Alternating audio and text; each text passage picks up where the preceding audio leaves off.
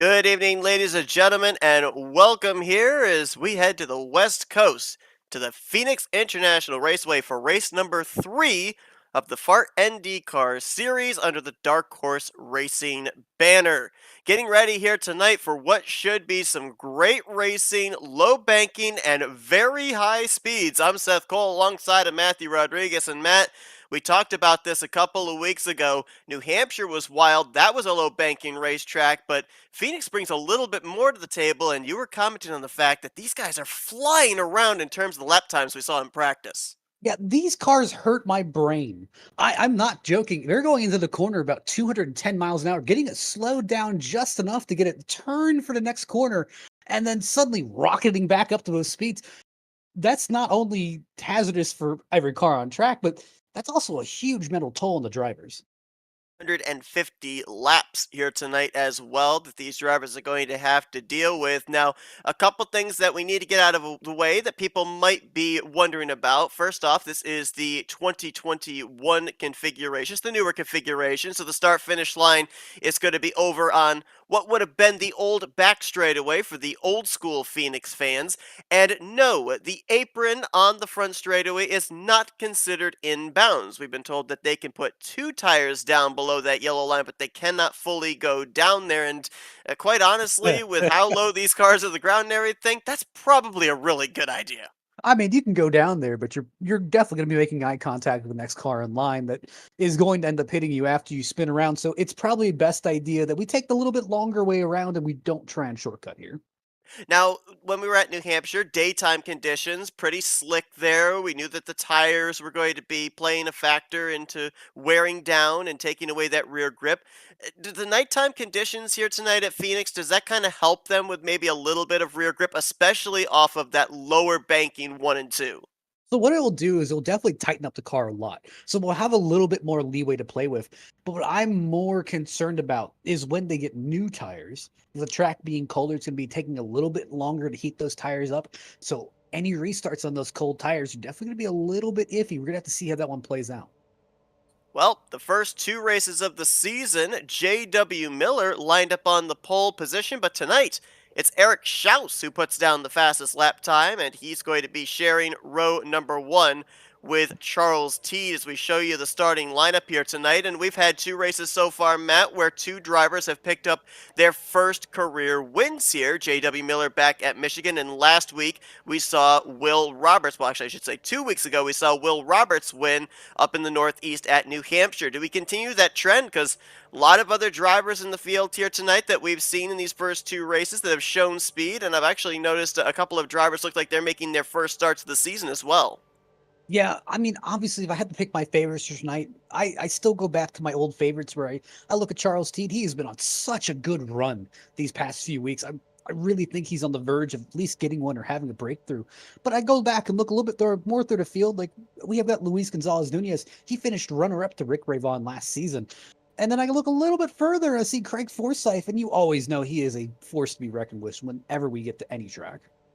25 drivers are going to roll off the grid. We showed you the drivers that took time, 16 of them in total. Joseph Morales, Brad Younkman, they're going to be row 9. D.L. Lemon and Glenn Lazan, they're going to complete the top 20. Jim Brooks, Joe McAdory, they're back in row 11. William Swenson, Elmer Joseph in row 12. And Brian Wright is going to bring up the rear in the 25th position.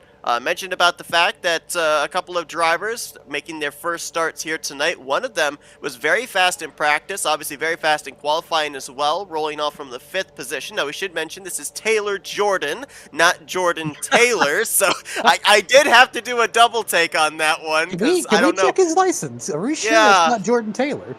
I don't think so. I do not think it is. But, I mean, he showed speed, and so it's kind of an unknown driver of what he can bring to the table here tonight with the drivers that we've seen in these first 2 races, and, of course, drivers we've seen in the past in the Dark Horse Racing Series. The big thing that kind of gets me is I was talking with some of the drivers pre-race, and they really were kind of stating that they're starting about 3rd to 4th gear.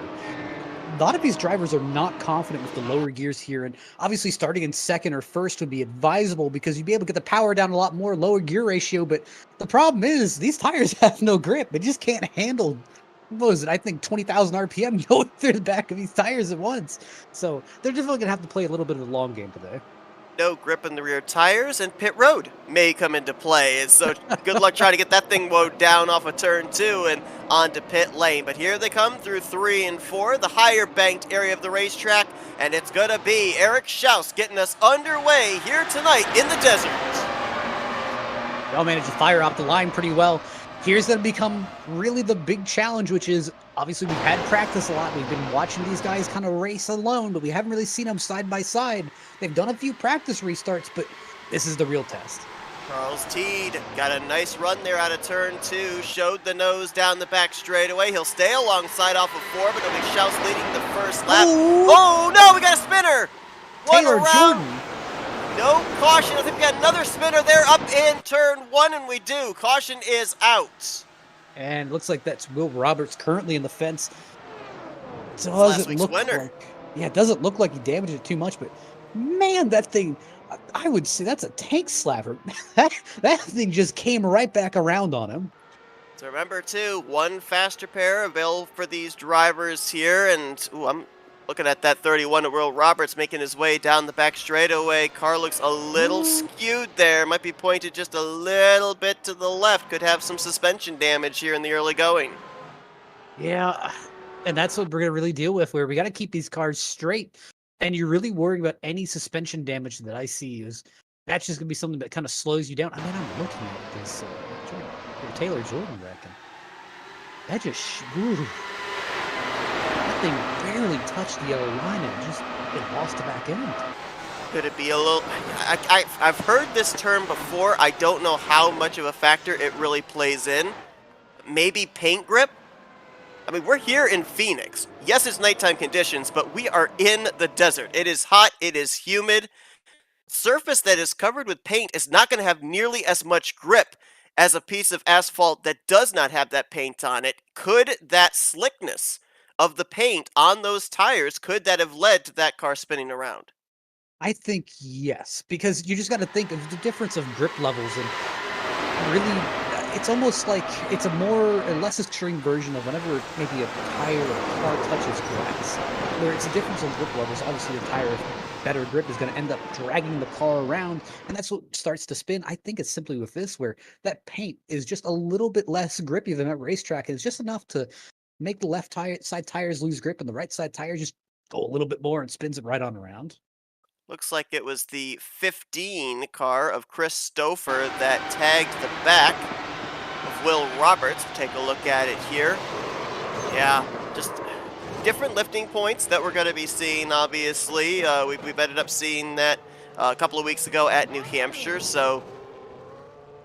Well, they were all close together. We'll get probably a single file restart. Maybe things will get a little bit more spread out here as opposed to the double wide. But in all honesty, when you think about it, we kind of got away with one there. That could have been a lot worse, especially with both those incidents with Taylor Jordan and Will Roberts taking place up near the front of the field. And that's the big thing that kind of has me a little bit worried, where I saw that and I was like, man, this could be big, and it wasn't big. It was only 2 cars. Hey, I think we really made out with one there. We definitely did. Great job there by everybody to avoid the spinning cars, not make it worse than it was. A little question on Charles Teed. What happened to him off of turn number 2? Or actually, that was off of turn number 4. He kind of went down below the apron there. I don't think he was trying to. I think he maybe just got loose off that top side, but we'll keep tabs on that here. We've got 5 laps under our belt, getting ready for another restart here tonight, and Eric Schaus is going to be the one to get us back underway. Get back green. Looks like everyone's getting the power down. A little bit of wobble there in the back.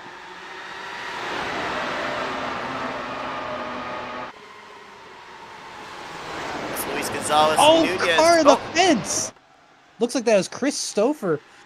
He looks like he's still fine. Yeah, kept going. He lost about maybe 15 miles per hour and is slowly starting to slide back, but a great job keeping that thing pointed in the right direction. And that's something we're going to have to keep tabs on here as well. Open wheel race cars. Obviously, there's going to be some damage sustained if you get up into the outside wall. Whoop, little contact maybe there from Matt Wagner off of turn number 2. I don't know. I guess it's going to be kind of like it was a couple weeks ago at New Hampshire. Depending on the violence of the impact will also depend on how well your car is going to handle for the remainder of the run. And just an update. It looks like we had another spinner that last lap. It was Gary Corley. Same spot that we saw Taylor Jordan end up spinning around. Another loop for Brandon Gates in the 76 I just saw on the telemetry was fast dropping down. No caution, though. And just looking, yeah, it looks like he ended up suffering the same fate. Looks like he's on pit road now. That is a tough break from him. He's had a very rough stretch of 2 races. Yeah, last week. I keep saying last week. It was 2 weeks ago. Feels like last week at New Hampshire. Saw Brandon Gates looping it around quite a few times. I think 3 or 4 times. That 76 has really been having some problems with the lower banking racetracks. Might be very happy in a couple of weeks' time when we end up heading to the tricky triangle of Pocono. Charles good battle T here. Got way out of the groove. He's starting to fall back. He was trying to put the pressure on Eric Schaus for the 2nd position after J.W. Miller took the race lead, but yeah, to your point, got out of shape and now falls back into the clutches of Matt Wagner for 3rd place. Ooh, I just looked back. He was entering turn 1. The back just stepped out of him in the corner. He did an amazing job to keep it off the fence, but lost a ton of time. Whoa, good battle back here. That is side by side. And contact! And they saved it and now goes around. Does car of Luis Gonzalez Munoz, and we got someone up and over and upside down. Looks like it was the 54, Sheridan Wade. Looks like he's going to be ending up towing it back, but... Oh, man. That just shows you. DL Lemon in this, Joseph Morales as well. It's Morales who's rolling away. Or you just saw disappear was Lemon. I think that was the culmination of a little bit of a disagreement on who had what space. Yeah, well, it started off of turn 2. That's the funny thing, because I was looking back and saw a move and a block between Camargo and Nunez, and it culminated to the contact we then eventually saw over into turn number 3. They almost had it saved, actually, but then there was a second bit of contact that eventually spun the 14 around and led to what we saw for our second caution of the evening. Yeah, so as they ended up going down into 3, it just looked like Luis thought he had more room down below, or maybe that, you know, now that I kind of look at it, I think a gap whack may have had a little bit of a hand in that one. You saw there the 54 of Sheridan Wade. He was trying to get the thing woed down, and even before he has the contact from behind, but I think that was DL Lemon, that thing started to climb up on the rear wing of Luis Gonzalez Nunez. Yeah, it just launched off of the car. It was shocking. Is on board with the 54 of Sheridan Wade. This is going to be a wild ride here. And just this up ahead and show you the reaction time that he had. Yeah, which is none. See the instant happening in front of you, make a decision, go right, nope. And there you go, you go on the fence. I mean, did you see the wheel there? He was turned hard left, and he could not get that thing down any lower than the middle groove. Yeah, it's a terrible feeling. You're upside down, you see both your wheels hanging upside down. Like, man, this isn't good.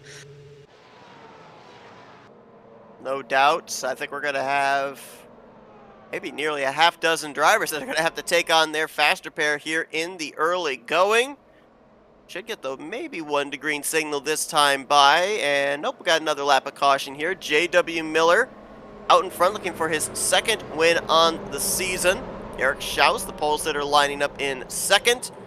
Charles Teed, Matt Wagner, Eric Peterson, the top 5. Get a shout out to a couple of drivers that started outside of the top 10 and 15 laps in. Yes, granted, with the aid of a few cautions and some torn up race cars, but you look back there, just in the latter half of the top 10, Thomas Shannon McConnell in the 17 rolled off 16th, and he's in 8th, and Glenn Lazan started this race from 20th, and he's already up to 9th, so keep an eye on those drivers. They're obviously very good at picking up spots on these restarts. And I'm just looking through the field here. There's some guys that we normally kind of see up here, but we don't normally have that great of runs, or maybe they just kind of get caught in some issues. One of those guys that I'm pointing out right now, I'm looking at Eric Peterson. I'm just... You had to say something. I'm imagining all the ways he ends up spinning that car. I want to believe that it's not going to happen, but...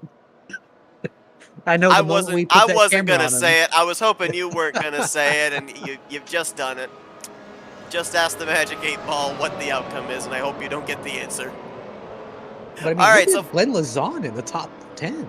yeah, My from goodness. 20th place. We've also got 21st place starter Jim Brooks up in 12th for this restart. So it looks like the drivers right now, as we prepare for this upcoming restart, that have already used their faster pairs include Will Roberts in the 31, Luis Gonzalez Nunez in the 14, and then also looks like Gary Corley, Sheridan Wade, D.L. Lemond, and Brandon Gates. So 6 drivers in total already do not have that mulligan available.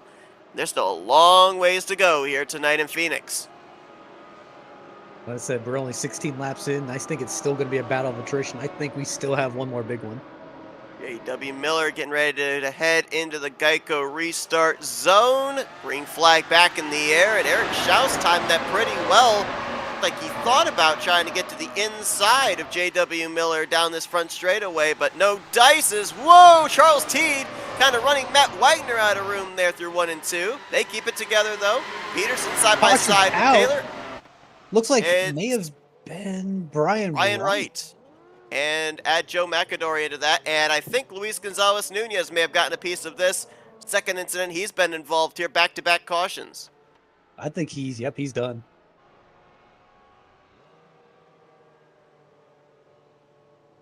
Tough break there. Joe McAdory, yeah, he's trying to limp that car back onto pit road.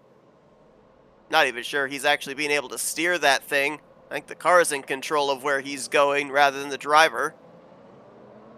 Trying to get it there to pit lane before the leader laps him. As let's go back and see what happened. This was over, it looks like, in 1 and 2. So it looks like the incidents are actually two different incidents. Looks like Luis Gonzalez Nunez kind of entered the corner a little bit too hot and ended up wrecking the car himself. But the other incident with Wright seems to be on its own. Here's the Nunez incident. He just sends it too deep, loses Wow. the back end, and pals the wall. Absolutely what no he was grip thinking. in those tires. Yeah. It's kind of rare to see that mistake out of him, but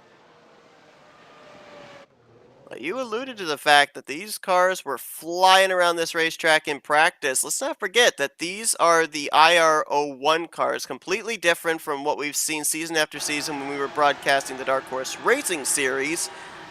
So a little bit more speed in the car. Obviously, there's got to be a difference in braking zone, maybe even a difference in how well the rear tires grip when you're trying to slow the thing down. And speaking of slowing down, looks like a couple of cars behind Brian Wright were not prepared for his braking point. you know, the big thing that kind of weirds me out here is I was looking back at last season's stats, and the fastest lap of last season was a 19.573 here in the IR18 car at Phoenix. The fastest lap that we've had today is really a 24.87 by JW Miller. That is, it's just shocking to see the speed.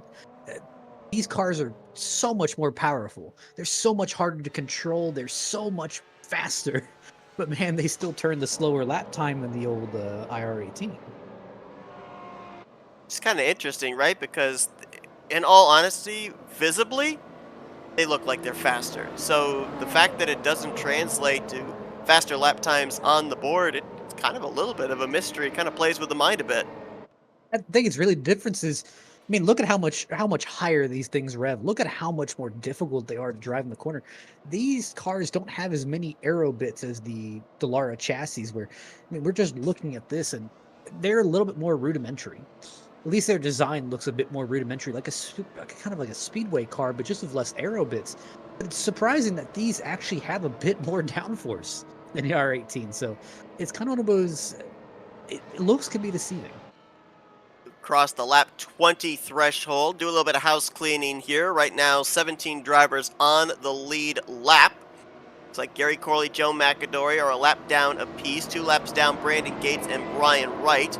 D.L. Lemon is 3 laps down. Sheridan Wade 4 laps down, but they are all still on the racetrack. As Matt, you alluded to, Luis Gonzalez Nunez is going to finish 24th place here tonight.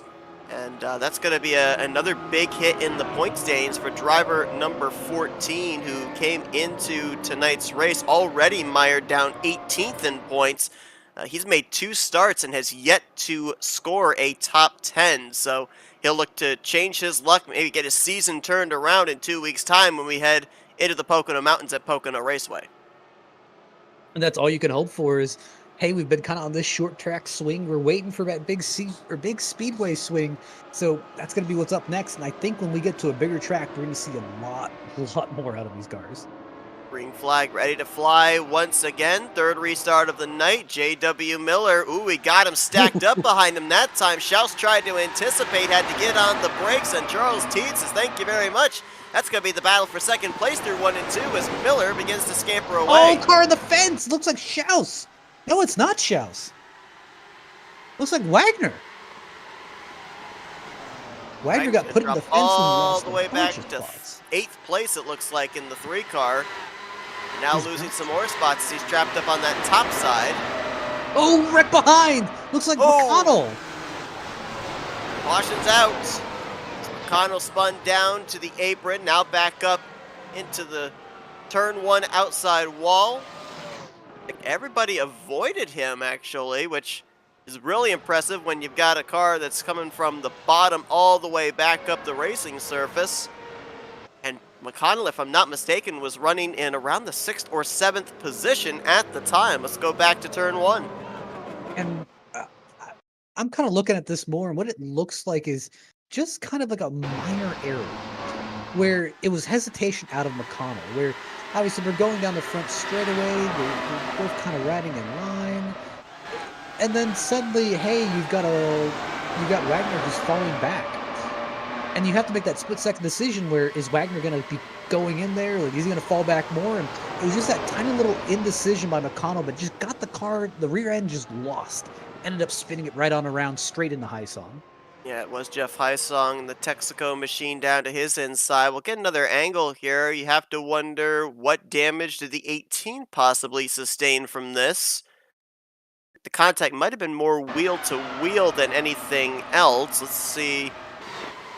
Almost kind of as if the front tires and rear tires on each respective side made the contact. I don't think that would necessarily lead to suspension damage on the 18, but you can clearly see that the left rear wheel was untethered on McConnell's machine, so he would have to, well, he wasn't able to drive it back. He had to tow it back, and that'll more than likely lose him a lap or 2 just on the tow alone. Yeah, and that's definitely kind of a tough end where you do want to try to get it back to pit road at all costs, but I just heard Matt Wagner make a declare over driver's radio that they need to kind of kick back, relax a little bit, and he'll be back up there in a minute. It's like McConnell, he had a faster pair available, but they're showing right now that he is out of the race. We'll wait and see if maybe he just disconnected and will reconnect. We'll update on that as we progress through, but Lucky Dog should go to Gary Corley. That'll put 17 cars back on the lead lap. Looks like our top 7, from Miller back to Glenn Lazan, they have not made a pit stop the entirety of this race so far.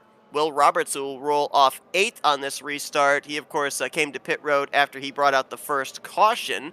He's got about 22 laps on his tires, and then the remainder of the top 10, Hysong and Joseph Morales, they both came to pit road under the second caution of the night, 10 and 12 laps respectively on their current stint. Everybody else, for the most part, has been coming down pit road just about every single caution, maybe taking on some tires, topping off that fuel tank. I mean, Matt Wagner, as you said, kind of telling these drivers, kick back, let's get into a long run. That might be what the second half of the field is planning on with coming to pit road every caution. I mean, I honestly am kind of in that same boat where I'd be pitting every pit stop. I'd be just topping up with fuel because you never know when that long green flag run is coming. I mean, hey, we may get back-to-back short runs like this, or we get cautions back-to-back, but just like we saw at New Hampshire, I mean, it can be a light switch. Hey, we get caution after caution after caution to, oh, wow, we're on an 80-lap run. I did not expect this. And then, hey, suddenly all those guys behind you, they're a lot better on fuel than you are. Lights out on the iRacing pace car, getting ready to go back green. Give you a quick rundown of what the point standings look like coming into tonight. J.W. Miller, 2 top 5s to start out the season, including that win back in Michigan. He's the points leader. Eric Schaus, second in points. He's 14 points behind. 25 points back. Last timeouts winner, Will Roberts, in third. Jeff Heisong is fourth, 34 points back. And Charles Teed had a great run a couple of weeks ago at New Hampshire. He jumped up to the 5th position. He is a total of 42 points back. Elmer Joseph, Joseph Morales, Gary Corley, Brad Youngman, and Najee Camargo. That's the top 10 in points coming in. Oh, big wreck in the back. Points. It's all in the back straightaway, but there's cars around. And the restart is waved off. Jeff Heisong was in the middle of that one, it looks like. My goodness. Looks like Heisong may have gotten the back of Roberts, and they just kind of stacked up behind him. Brandon Gates is on pit road, along with Heisong. Let's take a look and see what happened there. It's almost like Heisong just didn't realize that they were checking up. And he was just kind of riding behind Will, and he just didn't stop. Bopped him in the back, put Will in the fence. He stopped, and then he got driven over by, it looks like, Chris Stouffer. Stack up, I believe, begins with the 69 of Glenn Lazan. I think Roberts gets into the back of him, and that starts this whole chain reaction. And Phoenix is one of those tracks that you saw right there. It's got the pit road that almost goes around the entirety of the racetrack, and so it's got a very congested back straightaway with a wall to the outside, a wall to the inside. If an incident takes place, whether it be under caution like at this point or under green, there's not a whole lot of available exit routes. Yeah, and obviously this is kind of an odd feeling sort of drivers where, at least in my opinion, if I was one of those top 5 guys, I'd be feeling kind of iffy about myself right now because I was amping myself up, getting ready back to go, getting ready to chase down the guy in front of me, and hey, caution just got extended. This is not another caution. We're under the same period. So you're getting ready to launch the line. Flag holder had the green flag in his hand. He was ready to wave it, and there's a problem in the back straightaway. Stop, stop, stop. Looked like Brandon Gates, Jeff Heisong, and Sheridan Wade all had to take the tow back to pit road, and they are going to fall off the lead lap as a result. Wade and Gates were actually already multiple laps down. We got the caution lights back off, and we're getting ready to go back green once again. Looks like, by my count, 16 drivers on the lead lap here, and J.W. Miller ready to get us back underway here at Phoenix. Eric Schaus, Taylor Jordan back up here in the top 3 now in third, and Teed and Peterson. Notice there's a guy who just really fell through the field. I don't know who that was. I think that may have been Joe McAdoo. Man, he did not go on that restart. No, that was Brian White. Also looked like Chris Stouffer made a dive onto pit road late, and so he restarted all the way back in 13th place as we just had an exchange for second. How about Taylor Jordan, now up to the runner-up position, bypassing Eric Schaus. A battle back here for 5th. Eric Peterson trying to hold off Najee Camargo in the 59. It's been nice to see Camargo kind of get this bounce back when he was involved in that incident with Luis, and he's kind of just shook it off and just kept going forward. Looking back at Camargo, and then you got the orange and light blue, number 69 of Glenn Lazan right there. Joseph Morales, another driver who was involved in an early incident. Ooh, a car right there. I think that was a lap machine in between. Oh, we got a car up against the wall there on the back straightaway. Who is that? That's Eric Schaus. No caution. Looks like he accidentally put it in the wall out of 2 on the back straightaway. Made the call just to put it as close to the wall as possible, not bring any other cars with him, and that's a better move. That was, absolutely, and very fortunate that he did it there on the front, or the back stretch. I'm so used to calling it the front stretch. On the back stretch there, where drivers were then able to move to the inside and get by him safely, as we saw with the onboard there with Eric Peterson. Battle for the lead, heating up. It was about 8 car lengths when we took the green. It's now less than a car length and a half. Miller's got a rear deck lid, well, I should say a rear wing, full of Taylor Jordan. Honestly, Jordan, like you said, he's the great unknown here. I don't know what he's going to do. I don't know if he has something left in the tank or something that's secret, but he's going to kind of propel him past Miller. Boy, look at that. Ran about a half groove, maybe a full groove higher. Look at him go. 3 and 4. 1 and 2, I should say, and now sends it down into 3 and 4. Up the track to the outside wall, and he takes the race lead here at Phoenix. So if you're J.W. Miller, do you go get it back, or do you kind of just ride behind him, save some fuel? That's a big question, right? Because also let's consider the fact J.W. Miller, he wants to big picture race. He wants that championship. I know we're very early on in the season, but I think you can plan for the championship as early as race number 1 on the schedule. Miller's had back-to-back top 5, started out the season with a victory at Michigan. Oh, look at the lap traffic. They're side by side. Oh gosh, that's High Song as one of them. I couldn't tell who the other one was. That was Brian, looks like Brian Wright. He's still kind of putt-putting it around the track, but that's kind of shook it up a little bit. Oh, High Song almost got going. I don't think they lost any time out of that. I don't think they did either. Miller needed that run up there off of 4, and High Song was there. Could have really been bad for the second place driver. And look at the gap they've put back to 3rd. Here's your 3rd place battle, and it's a good one. You got 3 drivers, throw a blanket over them with Peterson, Teed, and Camargo, but this is taking place over 5 seconds behind the top 2. Well, you got to remember, when Schaus hit the wall, he was in P3. He basically pulled that entire top, 3 on back, and they just pulled them back from the rest of the field. So right now, if we go green, Jordan and Miller are in a league of their own. Great point. Eric Schaus, by the way, is still running, still on the lead lap, dropped back to the 14th position, but it looks like he is still up to speed. Also appeared that around the time that he had his issue, Gary Corley came to pit road, and he has since put it behind the wall. Brandon Gates and Sheridan Wade have also called it a night, joining Thomas Shannon Meccano and Luis Gonzalez Nunez. So 5 drivers right now back in the garage area, 19 still running, and by last scoring, 15 of them on the lead lap. As we got another good battle back here side by side. Chris Stouffer back on the charge up to 7th. He just got around both Joseph Morales and Matt Wagner in the last 3 laps. There's about to be a battle here for 4th. Looks like Teed kind of slipped up a little bit in that corner, opened it up for Camargo. And look at Glenn Lazan. He is just pulling his belt tight. He is driving up this field. Remember, Lazan started this race from the 20th position. Looks like that was Brian Wright. Oh my goodness, that was Brian Wright almost took out Christopher. Got to be careful when you're trying to let drivers by here at Phoenix. There's not a whole lot of available areas to be able to go. He's going to try and keep it low.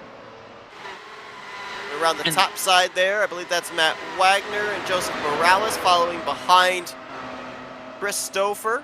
And realistically, that's what this car is kind of done where, hey, unfortunately, if you're off the pace, these cars catch a lot faster, and they like a certain line. They're not used to kind of jumping to different lines. So when this happens, hey, it really can kind of throw you off and throw you off your rhythm. It does.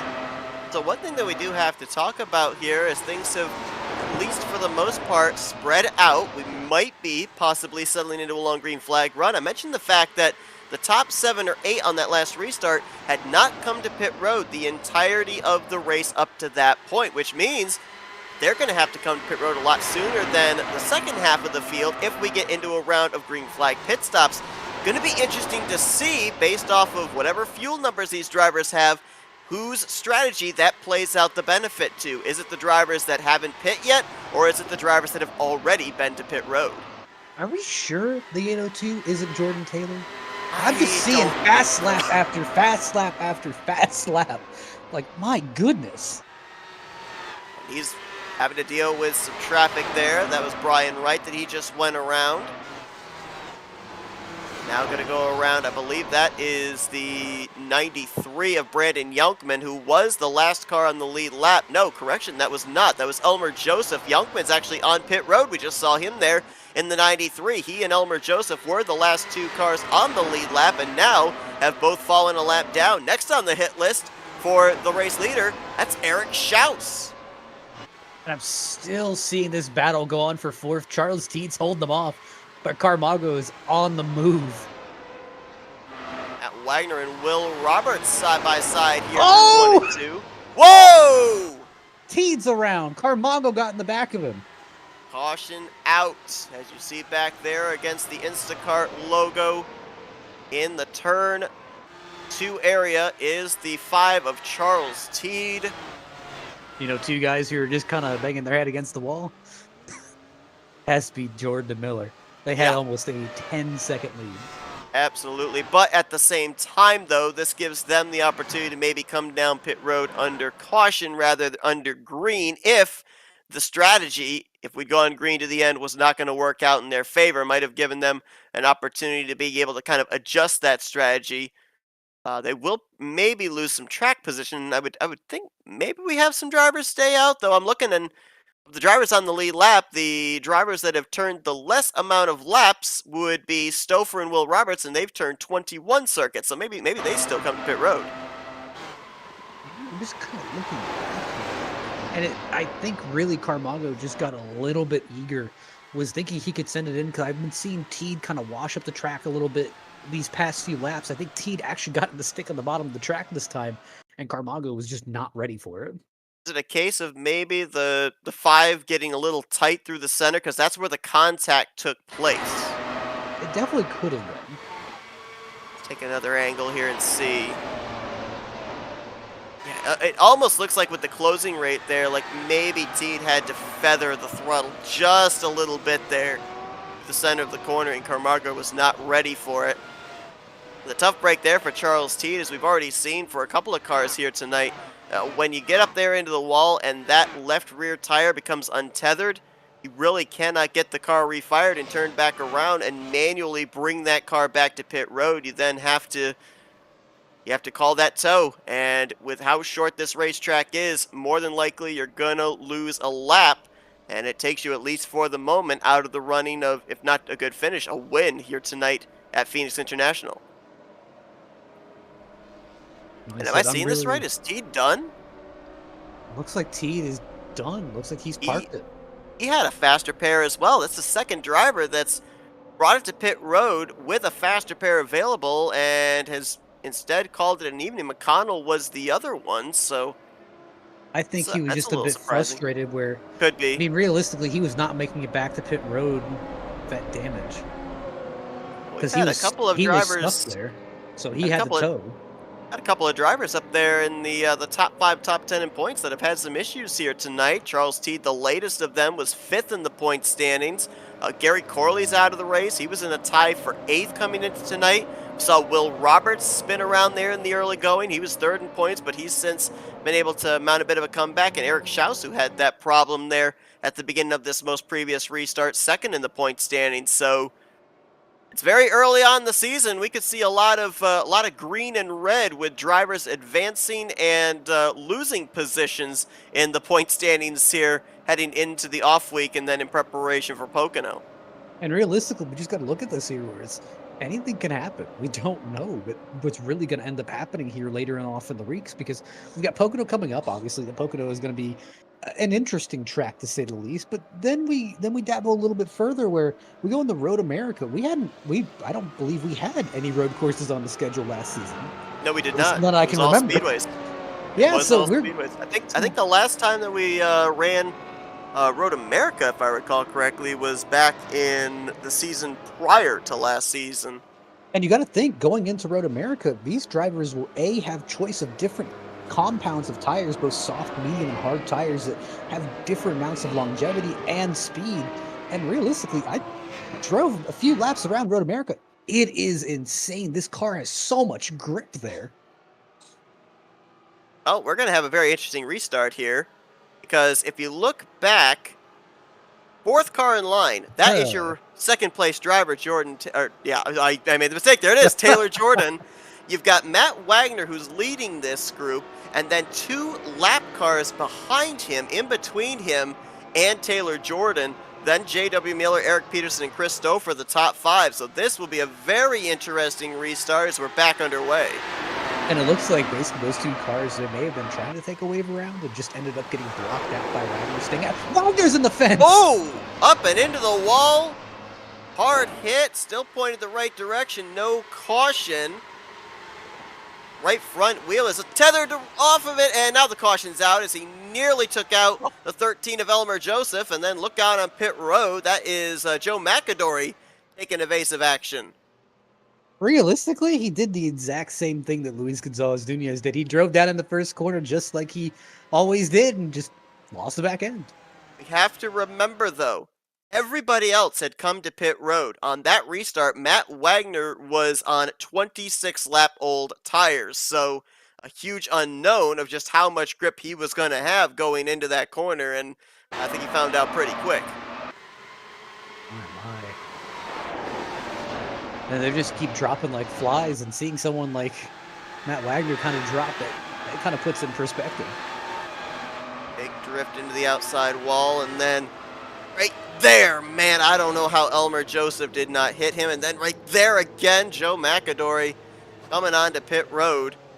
A couple of drivers very near misses there. As a matter of fact, see just how close it was. Let's take an onboard with the 13 of Elmer Joseph, who, kind of wish we had, how they have those heart monitor things? I wish we had a heart monitor on 13 car and have seen how much it spiked. Well, I'd say it's all fun and games till you enter the corner the same way you've been entering the corner multiple times, and just you don't have the grip, and you just start seeing everything slide. That's well, we're along for the ride at this point. We are into 1 and 2. You're gonna see up against the wall. There he is. There's Matt Wagner coming down, and whew, there wasn't a whole heck of a lot of space on the left there to not hit that inside wall either. Yeah, and I think Wagner was really just trying his best to get the pit road, because I don't really think he wanted that to be a caution. He was just trying to get out of everyone's way, and unfortunately, it was either he stayed up near the wall longer, risked bringing out a caution, or exactly that happens where he tried to come down and unfortunately almost tagged multiple people. Yep, I agree with you. I think that was what he was trying to do, trying to keep it rolling so that way the caution didn't come out, and was trying to get it to pit road, keep us under green. Now, interesting here, guessing that scoring had Taylor Jordan ahead of DJ or DL Lemon, because Lemon looked like he was trying to position himself to take a wave around. But now the 802 moves around him, putting him back to what would be 3 laps down. So it looks like another lap machine will be in the works here between the lead lap cars. This time it will be between Taylor Jordan and J.W. Miller. Chris Stouffer up in 3rd, Eric Peterson in 4th, and Glenn Lazan right there in that 5th position. Morales in 6th, Jim Brooks up there in 7th. This caution, I think, is going to help Eric Schaus out a lot, because he was all the way back in 13th, 14th after that loss of momentum. He's going to restart in 8th. Najee Camargo and Will Roberts, that is going to be the top 10. I believe that Elmer Joseph, I'm not 100% certain, but I believe Elmer Joseph might have been the recipient of the lucky dog under this most recent yellow. So 13 of the 18 drivers still running will be on the lead lap when we get back green. I'm just looking at this. I mean, we're on lap 58 right now. I mean, you got to think there's still a long way to go in this race. Definitely a long way to go. Take a look at our weather forecast here tonight at Phoenix. Track temperature just around the same as the ambient temperature, about a couple of degrees difference. Partly cloudy there, and what's kind of funny about that is you look at track temperature, 76 degrees, nighttime conditions, you're thinking, there's a lot of grip for these drivers to work with. And then you go back and look at Luis Gonzalez Nunez and most recently Matt Wagner going into the corner, and it's like, nope, there's not the grip that you think there is. Well, we're going to be getting ready to go back green, and that lap car, I think, is going to make all the difference here. It looked like DL Lemon was up to speed when we went back green, so we'll see if he's going to be as much of a hindrance this restart as we get back underway. And yeah, looks like he is still up to speed here, but you have to think J.W. Miller going to want to put him in the rearview mirror as quickly as possible, because after Taylor Jordan got around Miller for the race lead, he was able to gap him quite quickly. I noticed the problem with Will Roberts there. I'm not exactly sure what happened, but he went a little bit slow. Doesn't look like he has any damage on the car, but definitely falling back. Well, Will Roberts, let's not forget, is one of several drivers still running that has already used the fast repair. Stouffer in the fence. No caution, keeps it rolling. A lot of damage there on that right side, though. That looks like that right front took a big hit. Oh, yeah, look at the right front tire. It's facing, it's about 15 degrees the wrong way. And he still has to kind of limp it around. Oh, yeah. Keeping it down there on the apron. Remember, we called that out of bounds, but if you're having a problem like this, that's a smart move. Get down there out of harm's way. So if we're going to bring it to pit road, looked like Joe McAdory also dove on pit Elmer road. Joseph is in the fence. He's in two. Oh, yeah. And caution will fly. There's leaders. My, they just keep dropping like flies. They do indeed. Boy, and it just kind of seems like if you hit the wall, the angles that they're hitting it, it's kind of a death knell. There's no way you're going to be able to refire that thing and drive it back around. So this one may have come for a little bit of a controversial reason. I'm not exactly sure what happened here. If we can find out. Elmer Joseph, who I believe had just recently gotten a free pass to get back in the lead lap. So he's going down the front straightaway. He's chasing Brian Wright. And Brian just, I don't know if he tried to lift for the quarter to let him by and just kind of ran into him. The oddest thing. But the Elmer Joseph kind of realized that he was going to be faster in the corner. He was going to go around the outside. I don't know if he just misjudged it or what. Huh. Either way, weird. Let's go on board with the 13, see if we can kind of dissect what all happened there on the back stretch, or the front stretch rather, going into turn 1.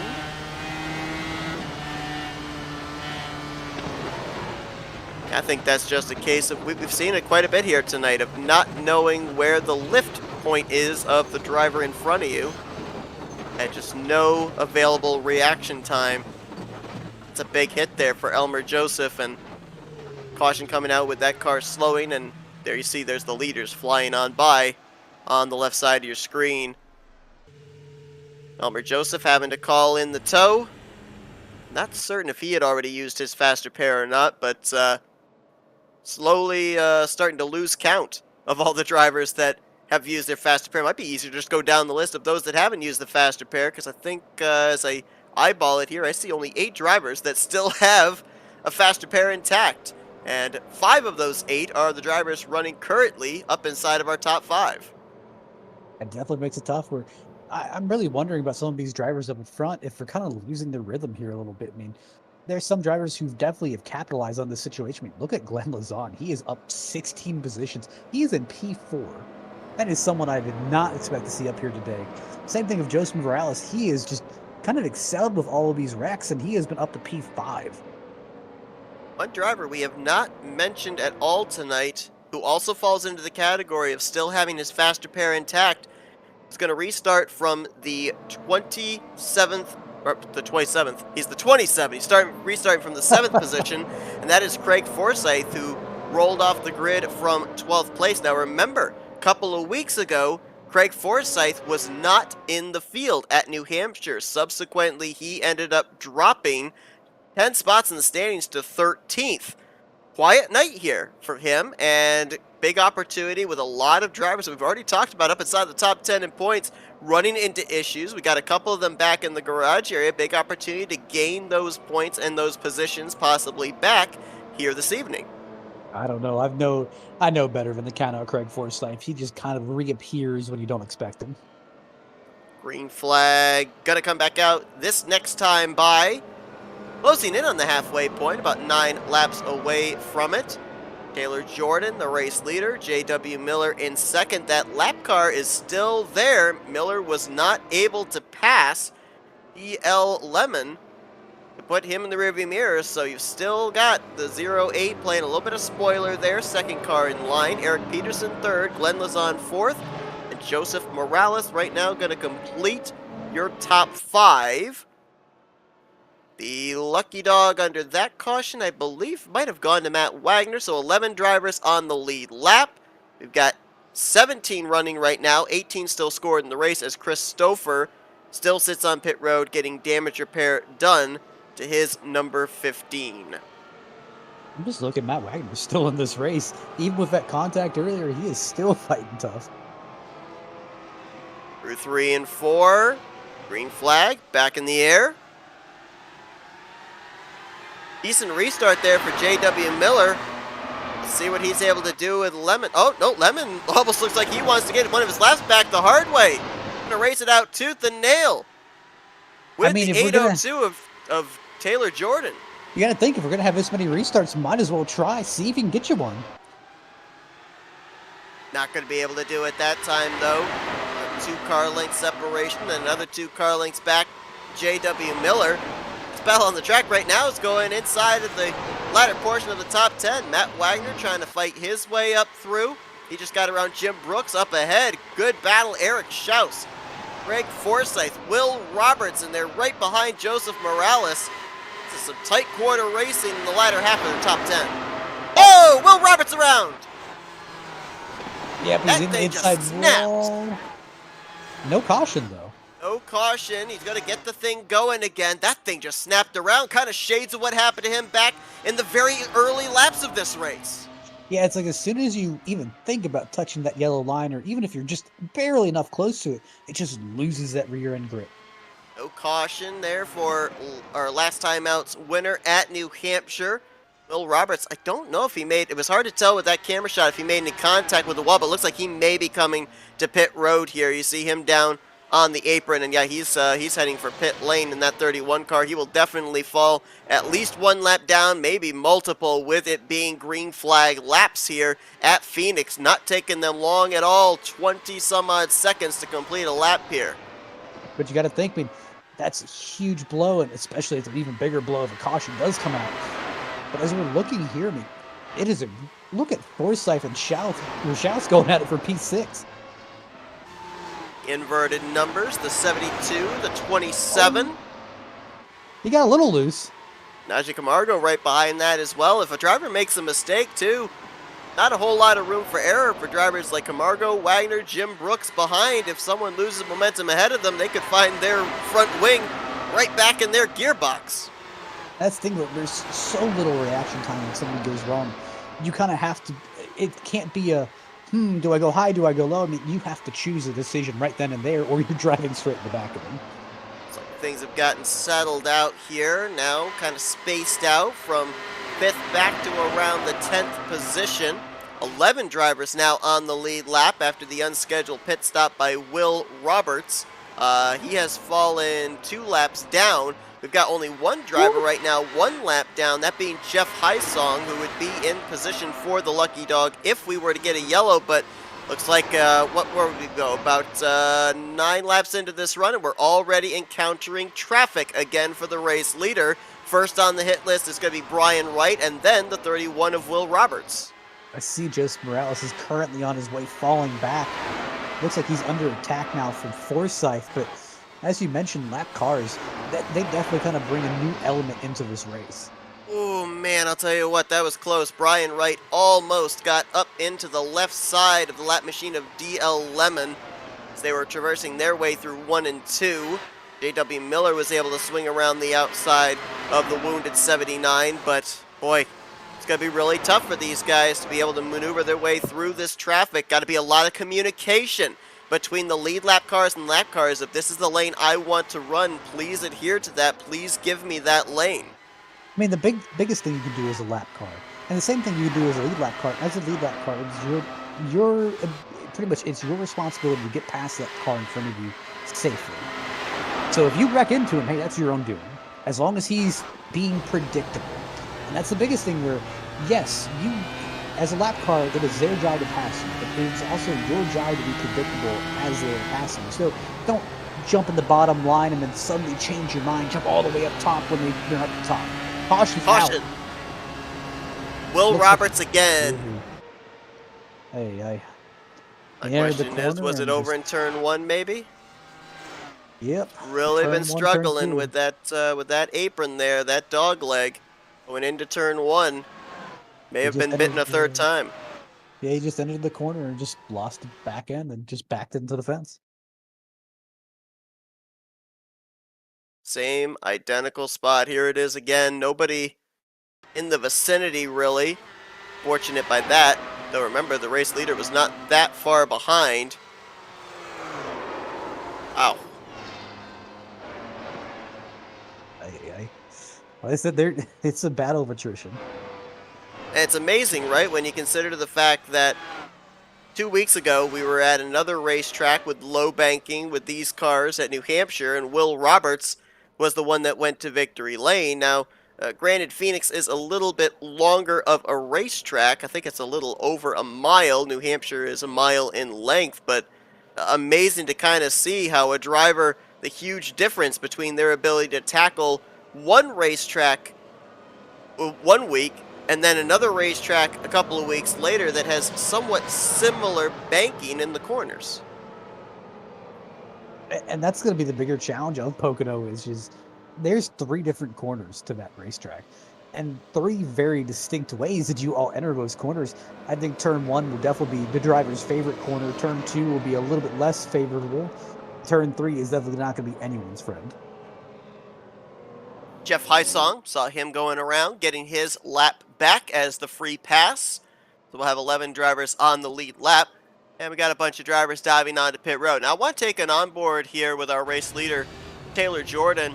You and I were discussing about some of the facets of this IR01 car, and I had actually not realized that these cars had the aero screens under the lights here. The nighttime conditions a lot more stand outish, if you will. But if you'll notice on the left and right sides of this aero screen, just around where the tires are, you've got this virtual mirror. And you were talking about this. This is a big help to the drivers, not having to kind of rely on the in-race spotters of if they've got somebody alongside them or making a move. We got to think the in-race spotters have been same thing for your actual mirrors. Back in the IR18 car, or the Delara 18 car, we had mirrors and they were all the way out the left and right sides, and that made it hard where you actually had to map a turn, or if you didn't have 3 monitors, you kind of had to turn or hit the look left and look right buttons to make sure you're clear of a guy if you wanted to check your mirrors. This way, it moves the mirrors a lot closer to your line of sight, so you can also adjust the camera view in that mirror if you want to look a little bit farther out right. So if you want a better angle, you can do that, and it doesn't really sacrifice any of the viewing angle that you have. Also, look at this dash we've got here on the steering wheel. It gives you your lap time, but I think the cool feature that they have on here, you see that the screen is yellow, indicating we are under caution. It turns green when we go green. Just another way of letting a driver know what the race condition is at the time, just in case they don't see the flag stand or the lights here on the outside of the racetrack.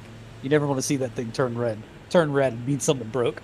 Okay, well, a little confusing here. We're still under caution and the screen turned green, so I'm not sure. Is that a technical glitch? What just happened in that? That may be the call for 1 to green, just saying, hey, get ready to go back green. It's a good thing I'm not in one of those cars, because I would have flown by the pace car by now. My thing says green. We're going. If it goes green and you're in 22nd, you're held liable for all the cars you just drove through. Well, green flag will be coming out here once again, getting ready for our 8th restart of the night. A little bit of a facelift here for the front of the field. Taylor Jordan and Najee Camargo stayed out under this yellow. J.W. Miller, who was the first onto pit lane, will restart in 3rd. Eric Peterson and Eric Schaus, the pole sitter, they're the top 5. Glenn Lazan, Craig Forsyth, Matt Wagner, Jim Brooks, and Jeff Hysong, who just got back in the lead lap. That's the top 10. Joseph Morales is the last car on the lead lap in the 11th spot as we are back underway, and Camargo does not want to wait. We have yet to see kind of how much tires really matter, but here I think is we're really going to see if those tires are going to mean a lot more to Miller than it does Jordan. Miller flew around Camargo there through 1 and 2. Let's see what kind of pressure he can put on Taylor Jordan for the race lead. Eric Peterson back there a little wide through 3 and 4 in his attempts to close up on Camargo, and that's got Eric Schaus all over the back of him in a battle for 4th. Just seeing the whole hornet's nest that Forsyth is currently in. He's being tracked down by Matt Wagner. Jim Brooks is still hanging around. He's trying to get him. Then you got all the cars in front of him. It is a train. Currently have 17 cars out on the racetrack. Will Roberts still scored in the event, but back in 17th, currently 10 laps down and trying to get repairs done specifically to the right rear that took the pounding up into the outside wall off of turn 1 when he had that spin for our most recent caution. As of right now, no driver that is a lap down, if they were to get the lucky dog, would be back on the lead lap. Our highest running lap car would be Brad Youngman, who is 2 laps down to the leaders right now in 12th place. And you got to think the biggest thing here is kind of looking at this is Are we going to go green to the end here? That is my big question. Yeah, and that's the thing that I was kind of wondering about as this race progressed. The more drivers that we have out of the race, the less amount of cars we're going to have on the Ooh, racetrack. Brian Kind of. Wright! My goodness, he ended up stacking up Peterson. That lost him a ton of time. And Eric Schaus tried to take advantage of that, unable to. But yeah, as the track starts to get a little bit more spacious with more drivers out of the race or damaged and off the pace, Full-side, likelihood maybe. no! Wright got into... Oh, what a cluster.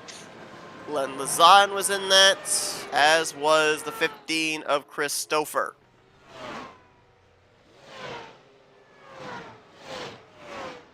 Caution out for the 9th time tonight. Lazan was having such a good run.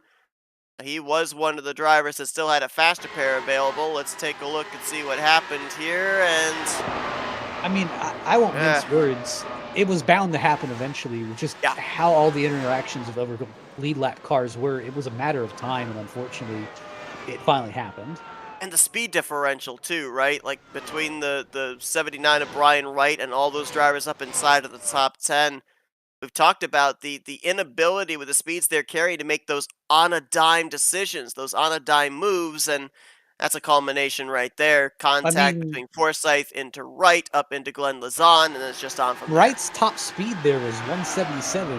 Lazan hit him at 190. Like, I think that tells the story. Well, Brian Wright, 7 laps down. I'll pose the question.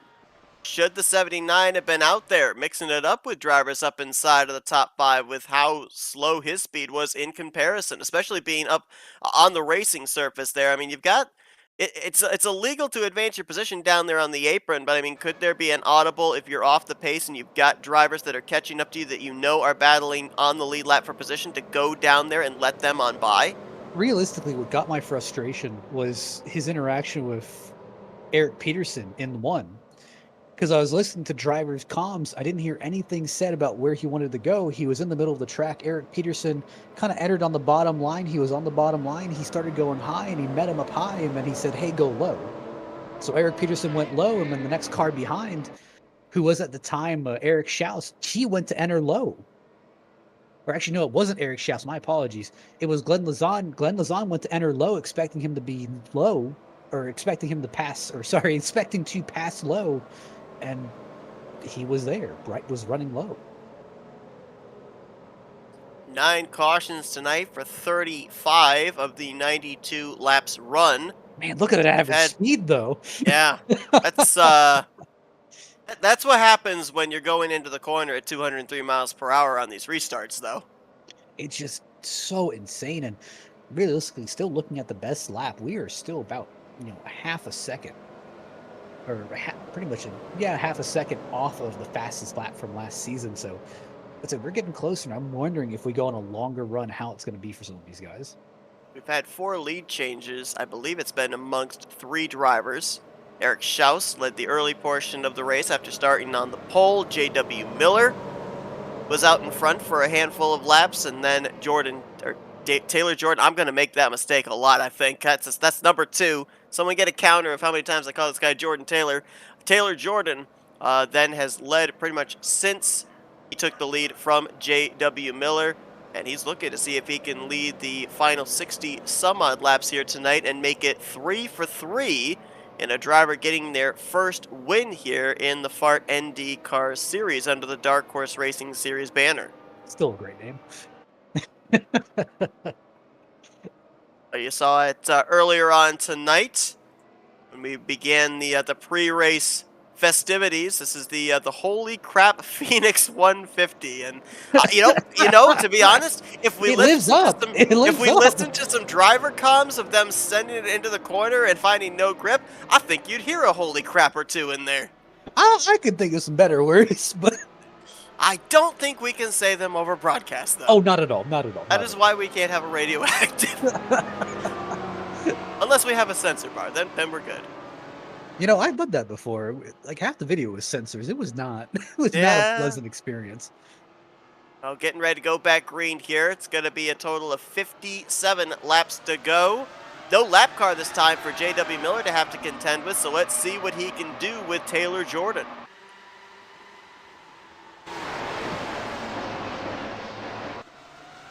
And just looking here, like I said, I don't think that J.W. Miller gets that great of a restart to really pounce and take advantage of Taylor Jordan. With him being able to control that restart, it just changes the whole complexion. That's the big thing, right? When you're the race leader, you get the opportunity to choose where the acceleration point is from that Geico restart zone all the way to the start-finish line, and you can just catch that second place car flat-footed and be able to open up the gap that he already has, about 3-4 car lengths already. Good battle here. Matt Wagner just behind Eric Schaus. We've also got the lap car of DL Lemon still in that mix. I'll tell you what, DL Lemon right now is currently scored 3 laps down, but I think if he were to get enough cautions to be able to get enough lucky dogs to get back in the lead lap, he's been running up here with the top 5 drivers. I think he'd have a shot at a top 10, if not a top 5, but unfortunately the early issues at the beginning of this race have put him kind of out of the conversation. I mean, both him and Glenn Lozan's is really just stories of, hey, guys who should be running up here right now and just don't have that opportunity, and it sucks. But, I mean, hey, with cautions, there's still a chance it could fall your way. You just got to kind of bide your time. The garage area has been filling up during the course of the night. More drivers just had their vehicles wheeled in under the last yellow flag period. Chris Stouffer is going to get credited for 18th, and Brian Wright will be credited more than likely for 16th, unless Will Roberts can get out there and complete about 8 or 9 circuits to pick up that position. So either 16th or 17th is where Brian Wright is going to finish this evening. Will is still in the garage. I mean, he has not called it quits just yet. I think he's trying to repair that little bit of car and just hoping that when he finally gets back out, he has a chance. Riding on board here with Matt Wagner, looking ahead to Eric Schaus, looking ahead of him to Eric Peterson. So now a 3-man fight for the final spot on the podium. And you got to think, I mean, Schaus was fast early in the race. He was holding that P3 spot, but got a little bit of the wall out of 2 and sent him all the way back. So he's trying just to reclaim what he lost. Did you see it right there? And let's see if we see it again. Not as much there through 3 and 4, but over into turn 1. That 36 was all sorts of sideways. So that back end was fishtailing a bit. I will say easily that, I would any day look at Matt Wagner. Oh my goodness. He was sending it in there. I thought he had it on Peterson. But you got to think, I would rather play offense and defense any day. I'd hate to be in Peterson's position there where I had to try and defend from Eric Schaus, where I know he can go 15 different ways, and all I can do is try and defend my preferred line. Want to talk about a comeback? How about Jeff Heisong? Got the lucky dog under the last caution, and he is up to the 6th position. Last year, we kind of dubbed him Mr. Consistency. Thought we were going to see a lot out of him again this season, and we have 2 races, 2 top 5s. He's 4th in overall points, and right now, he's en route to at least another top 10, maybe another top 5, but he's got about 7, 8 car lengths to make up on Matt Wagner, and he's got the lap car of DL Lemon in between them. Yeah, just look, car in the wall. It looks like a Schaus. Again. I said his racing line, he pushed it extremely aggressively. It looks like, yeah, the car just stepped out in the corner, and looks like, yeah, that's caution. Brings it to a stop. Yellow flag gonna fly. It was so weird. He got out to a little bit of a gap. He just started pushing, and he did that same thing where the back end lost grip, and it just backed into the wall. 10th caution of the night. Second time that Eric Schaus has had a problem when running up inside of the top 5 this evening. Our pole sitter, who's running all by his lonesome. There you see a long gap up to J.W. Miller, a gap back there to Eric Peterson, and very similar again to what we've seen a number of drivers have issues with, but this time, as opposed to over in turn 1, where we saw both Matt Wagner and Luis Gonzalez Nunez have issues, that time it was going into turn 3, which is the area of the racetrack that has the higher banking, more banking for that right rear tire to lean into. Yeah, it's so weird, like, just seeing some of these cars jump off, but it looks like Taylor Jordan, he's going to be coming down for some fresh tires and fuel, and everyone else, it looks like, is staying out, with the exception of Jim Brooks and Craig Forsyth. Morales, Brooks, Forsyth, looks like Eric Schaus on pit road, obviously due to the tow. Ooh, this is going to be interesting. Glenn Lazan. Oh, correction. Brad Youngman is going to get the lucky dog here under this caution. They've got him scored. I think Youngman, is he going to... Looks like he's taking the lucky dog right now. So he is actually going to be back on the lead lap in the 9th position. So that will give us 10 drivers back on the lead lap when we get ready to go back green. And Taylor Jordan, let's remember, Taylor Jordan did have an issue in the early going. He spun around. However, at the timing of the yellow, I believe he was scored in 4th or 5th. He was able to keep that position under pacing. He has not started or restarted this race outside of the top 5. This is the furthest back that he's going to restart in 9th place. So it's going to be a lot more traffic that he's going to have to deal with than he's had to in the first 100 laps here tonight. And it kind of puts in perspective where, hey, he's had that clean air, he's had that preferred start. I mean, he's been able to go whatever he wants to. Now he's going to have to slowly work his way through. I don't know. New Hampshire would have called it kind of a death sentence, but here I don't know. Eric Schaus is still on pit road, 3 laps down. He'll look to bounce back next week. Had a strong run going here tonight. Had the early issue, bounced back, got back up in the top 5, and then our most recent caution. The track we're going to in 2 weeks at Pocono is a track that he has formerly won at in the Dark Horse Racing Series. So certainly you got to think he'll be looking forward to getting back to the Tricky Triangle in a couple weeks' time after we have the off week next week for Labor Day weekend. As iRacing Pace Car says, yes, 1 lap to green, less than 50 laps to go here tonight. By last count, 15 drivers on the racetrack, 10 of them currently on the lead lap. It's Miller the leader, Peterson second, Matt Wagner third, then Heisong and Camargo the top 5. Those drivers did not pit. Joseph Morales is going to restart in 6th, Jim Brooks 7th, Craig Forsyth in 8th, Taylor Jordan, there's 3, Taylor Jordan in 9th, and Brad Youngman is going to complete the top 10, those drivers on the lead lap as we get ready to go back under green flag racing. I think the big question is going to be for J.W. Miller, are 4, 5, 6 cars going to be enough for him to hold off Taylor Jordan? Because we've seemed to be able to keep in touch with the 802, but the gap does increase. So if he can build enough of a gap right now, then maybe that's what he's going to need to keep Jordan from victory lane. Well, the big thing I think he's really wishing for here is no cautions. I think they can make it to the end on fuel with what they have, and I don't think tires is that much of a factor. I'm not exactly sure. But what really matters most is just trying to build up a gap and obviously hoping that gap doesn't get demolished by a caution. Tough break. Eric Schaus looks like they were trying to get that car repaired back out there and log some laps, gain some points. But he's going to finish 15th place here tonight, is our pole sitter. As J.W. Miller, the driver whose pole sitting streak was snapped tonight at 2, out in front. Pretty good gap between himself and Eric Peterson. But let's go back here. As, my goodness, a lot of hard racing there as Taylor Jordan trying to cut his way through the field. He puts Jim Brooks back in the rearview mirror. He passed Craig Forsyth the lap before. Next is going to be Joseph Morales as he's trying to quickly but methodically work his way back up to the front. I just keep looking here and I see Taylor. He's had to adjust his line here in the last few laps. I saw him with Jim Brooks. He was a little bit hesitant. He wanted to open up his line a little bit more. And it looks like he's not used to racing back into some of his traffic, but some of his traffic's not used to racing with a fast driver, at least at the moment. Where, hey, it's been everyone who's been kind of iffy and trying to save their stuff getting around. Jordan is going.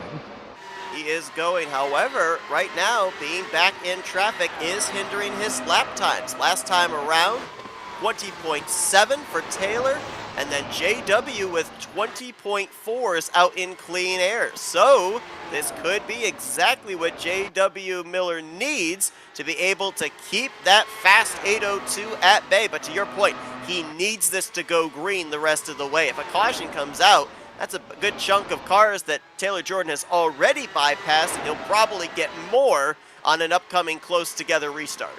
I'm looking at Matt Wagner here, and I really see him trying to figure out what to do to Eric Peterson here, because Peterson, it's one of those things where I tell you I would hate to defend against Matt Wagner, just knowing what he can do. But same thing is I'd hate to try and pass Eric Peterson because I know he's fast, I know he's skilled, I know he knows how to keep me behind. But obviously, what happens when a movable object meets an unstoppable force?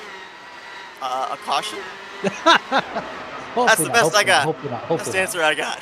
Najee Camargo just got bypassed for the 5th position, but good run tonight for Najee, up inside the top 10 in overall standings, and he's kept his nose relatively clean. Got involved in an earlier incident, but since then he's been up there inside of the top 10, up inside the top 5 a couple of times, and having another solid outing. Jeff Hysong about to be under fire from Jordan. That's for 4th place.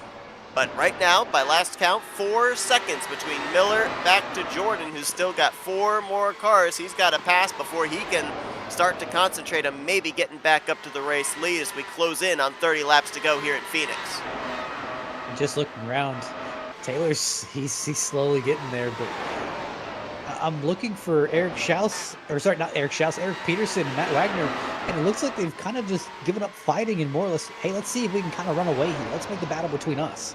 That was interesting right there. Hysong finally going to have to give up the spot for about a lap and a half. He was running as low as he could down to that yellow line, basically saying to Taylor Jordan's fresh tires, if you're going to pass me, you got to do it the longer way around the racetrack. So we'll see if other drivers up ahead adopt that same strategy. Next driver he's got to deal with, that is the lap car of DL Lemon, who we've commented. He has been up to speed just about as fast as drivers up here inside of the top 5. So he's not necessarily going to be an easy one for Taylor to be able to get around.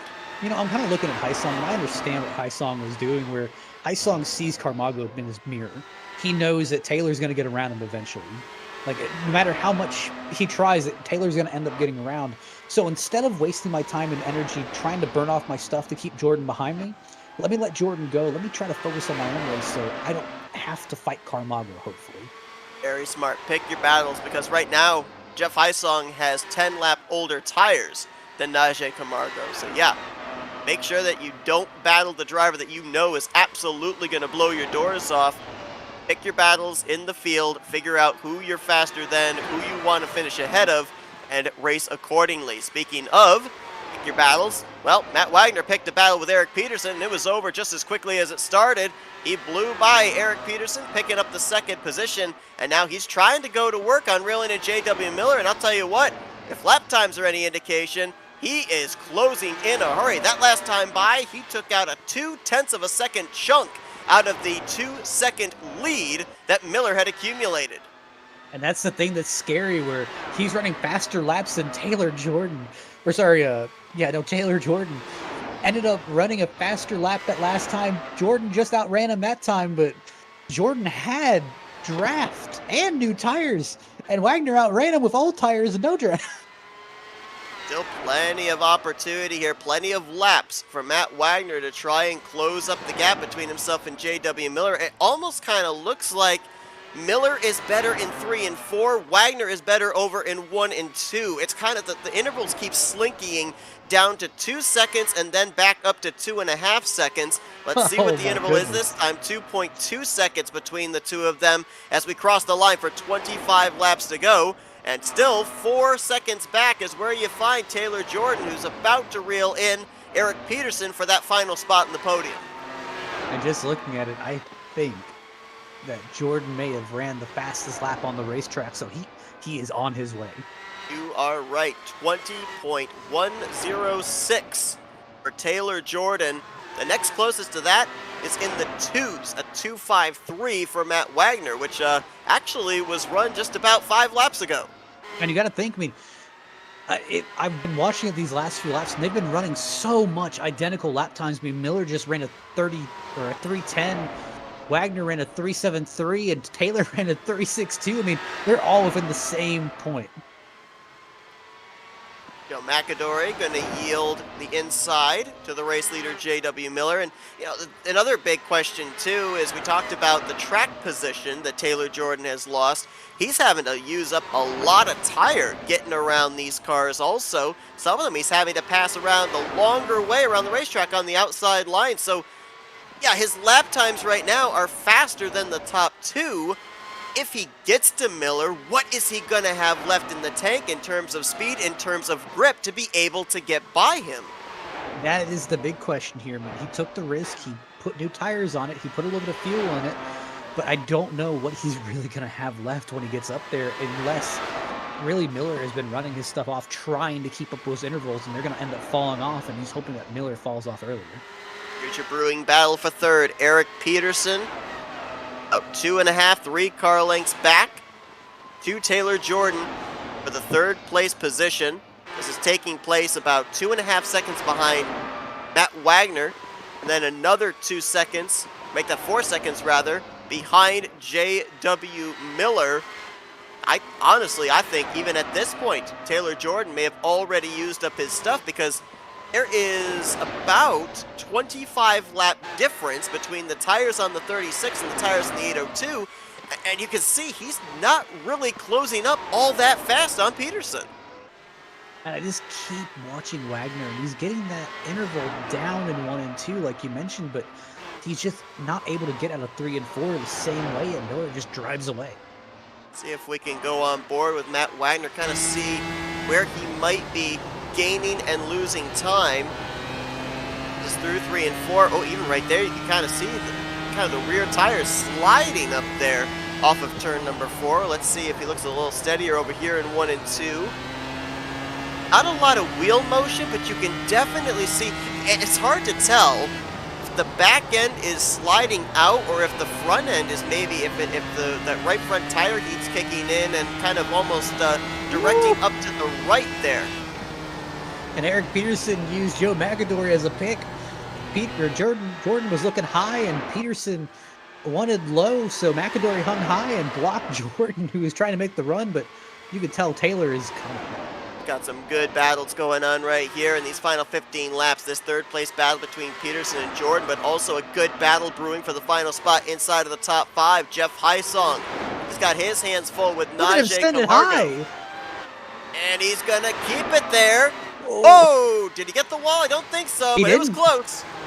He didn't. He passed and doing it the hard way, so. Yes, indeed. Now we got to worry about Matt Wagner. Is he going to catch Wagner? He's got a car he's got to deal with first. I think that's Elmer Joseph before he can deal with 3 of Matt Wagner. He can see Wagner up ahead. About maybe 10 car lengths between the two of them. The thing that's not on the side right now. Oh, Elmer Joseph! Right in front of the field. Caution! I think Joseph had contact with Jordan. Jordan didn't. Look out! I don't think Joseph knew where he was going and ended up. Maybe he thought that Jordan wanted the bottom, so he hung high. And I don't know, but I'm looking at Jordan's car. I can't tell if that front wing has any damage or that steering has any damage. And this is not what J.W. Miller wanted to see. I don't even know if this is really what Taylor Jordan wanted to see either.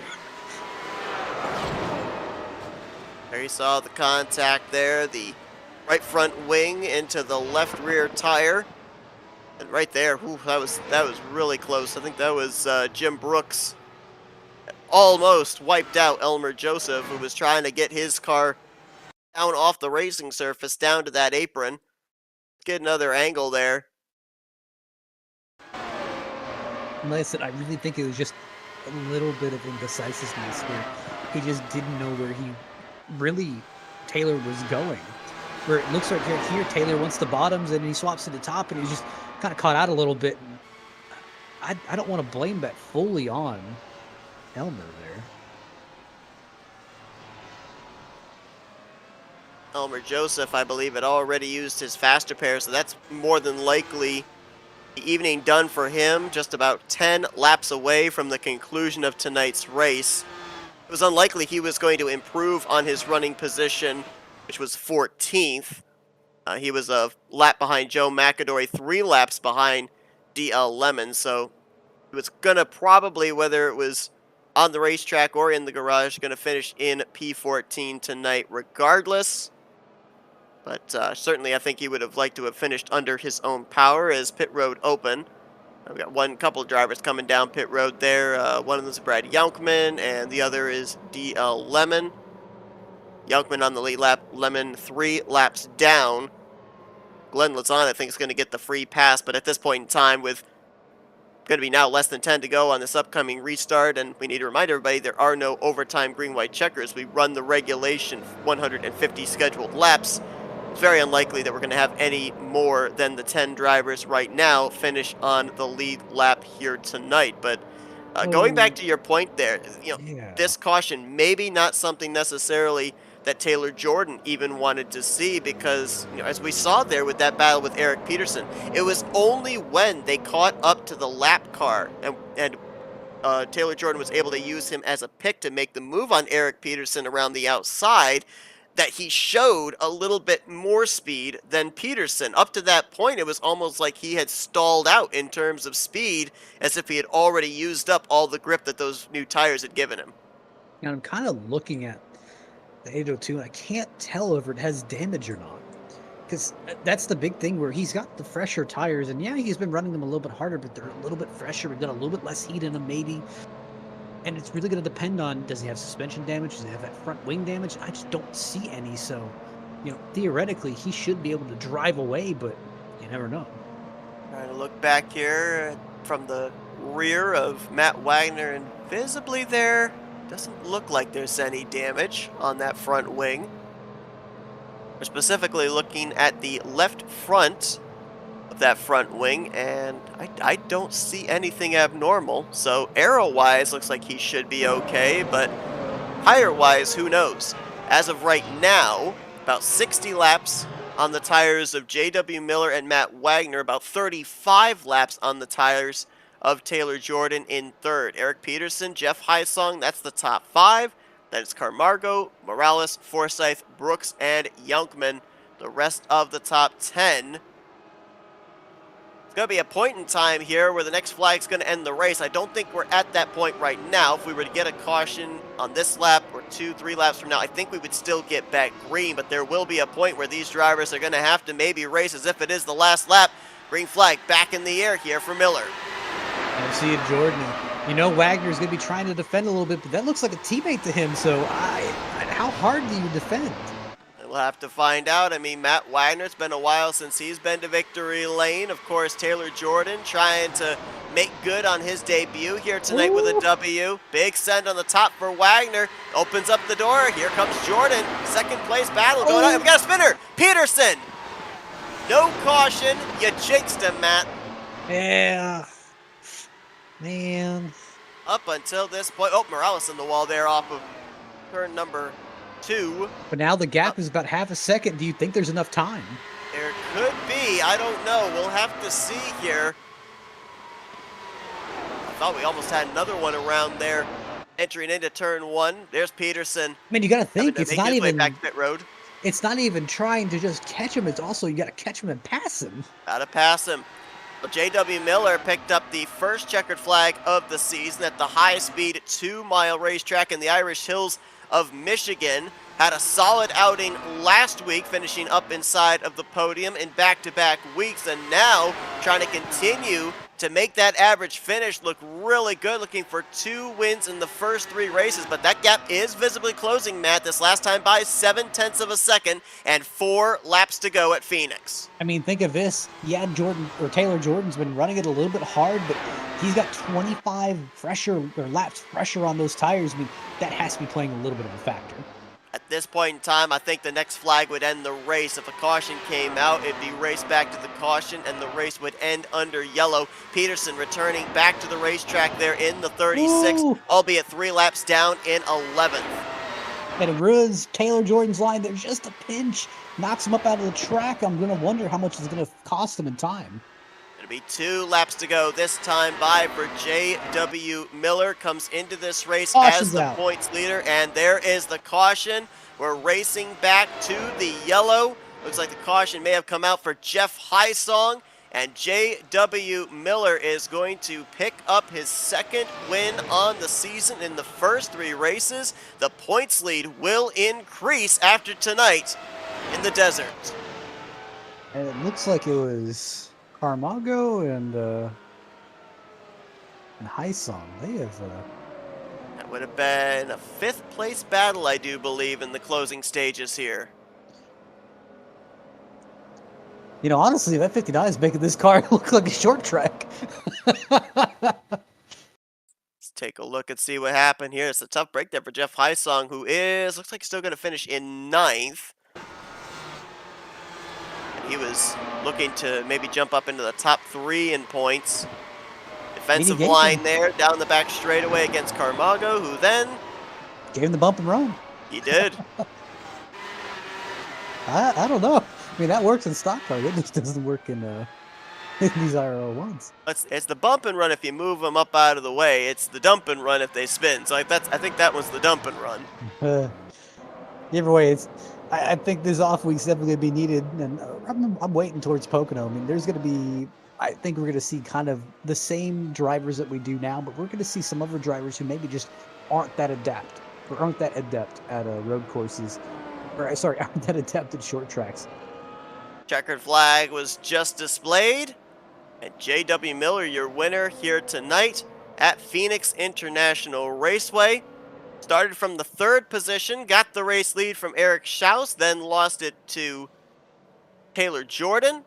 But on strategy, got it back, put Jordan back in traffic, and was able to hold him off in the closing stages of this race. Kind of left with the what if we'd run those final 3 or 4 laps under green, would that have been enough time for Taylor Jordan to reel him in and be able to battle him for the race victory? But J.W. Miller bursting on the scene here. He made his Dark Horse Racing lane. Well, he wasn't sure of the turning radius of that NDCar. Yeah, let's go on the victory lane. Attaboy. There you go. And you got to think, being able to go back to back, even though in different weeks, I mean, that just means so much, where it just shows that momentum isn't the one thing that's really keeping you here. It's the fact of, yes, you can win in multiple weeks, and it's not just, hey, momentum based. You can come to any track and know that you can kind of carry. I mean, that's what we saw so much out of Forsyth last season where, I mean, you knew that no matter what track he came up to, I mean, he was probably going to be in contention for the win. About the numbers for J.W. Miller here in the first. Okay, that was interesting. That little, I'm not sure what that was, but active suspension. I think he's cheating. Yeah, could have been. Is that thing gonna pass post-race inspection? Who knows? But you look back at the first start of the season at Michigan. Started on the pole, brought it home with the victory, coast to coast at a 2-mile racetrack. Last week, 2 weeks ago in New Hampshire, started on the pole, brought it home in 3rd, and here tonight, started up on the podium in 3rd and brings it home with a checkered flag. I mean, I know it's still very early on to say, but you think back to drivers that we've seen do this kind of thing before. You think of the Nick DeGroots, the Robert Maleska IIIs, the Craig Forsyths. I mean, almost looks like we could be looking at the guy that everybody's going to have to beat to be able to win this championship when we get to Indianapolis. Mm-hmm.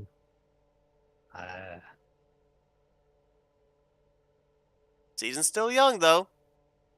Could have someone hit a streak. Let's look at the finishing results from tonight's event. A couple of good comeback stories in there. Matt Wagner bringing it home in the 3rd position. Remember, he played the strategy on old tires, decided to stay out in a restart, and did not have that rear grip going into turn 1. Bent into the outside wall, but brings it home on the podium. Taylor Jordan, good debut there for Taylor. Looking forward to seeing if he makes some more starts this season, what he's going to bring to the table. Missed the first 2 races, so who knows? He might be able to, if he runs the rest of the season, might be able to get in the conversation for the championship. We'll have to wait and see. Craig Forsyth bringing it home in 4th place, and as you said, the short track racer here tonight, Najee Camargo, he used that front wing to move people out of the way, but it nets him a top 5 run. I think that's his first top 5 on the season as well, so well done to him. Joseph Morales, he had issues in the early going, but he was able to bring it home in 6th. Jim Brooks, very quiet night for him, but a solid top 10 in 7th. Brad Youngman, he had to rely on a couple of lucky dogs to get back in the lead lap, but he gets 8th. Ninth place for Jeff Highsong, who also had to rely on a lucky dog to get back in the lead lap. And then Glenn Lazan, 2 laps down, but he's going to net a top 10 performance here this evening. Eric Peterson, tough break there in the closing stages, looped it around off the exit of the front straightaway. No caution came out to save him. 3 laps down in 11th. DL Lemon soldiered on here tonight to finish in 12th. Joe McAdory brings it home in 13th. He was the last car running. Everybody else either finished on pit road or out of the race. Joseph, Eric Schaus, tough break there for the pole sitter in 15th. Brian Wright, Will Roberts, our winner last time out in New Hampshire, 17th tonight. Stouffer, Teed, Corley completing the top 20. And then Brandon Gates, Sheridan Wade, Thomas McConnell, and Luis Gonzalez Nunez. You can see they hardly got out of the gate. Very early exits from this race in the first 25 laps. William Swenson going to get credit for 25th. He put down a lap time in practice, but he did not make the grid for tonight's festivities. Time to go down trackside and see if we can talk with our podium finishers here tonight, see what they thought of the action here this evening in the desert. And let's kick things off with our third place finisher, the driver of the number 3, Matt Wagner.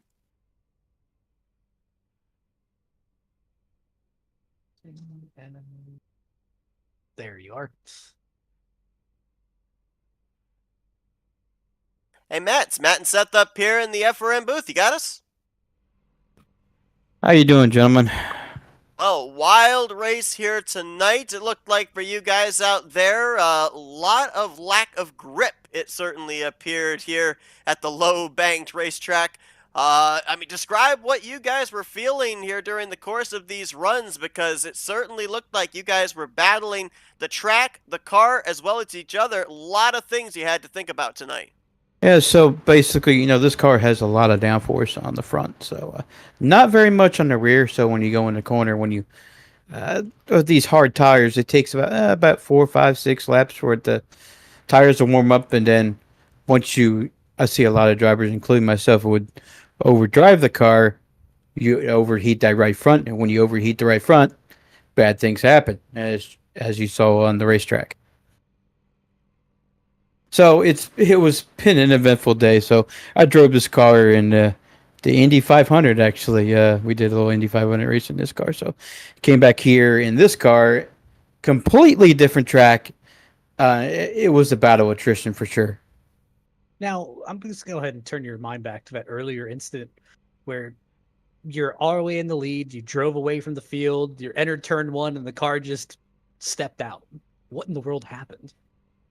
So basically, cold tires, 100%.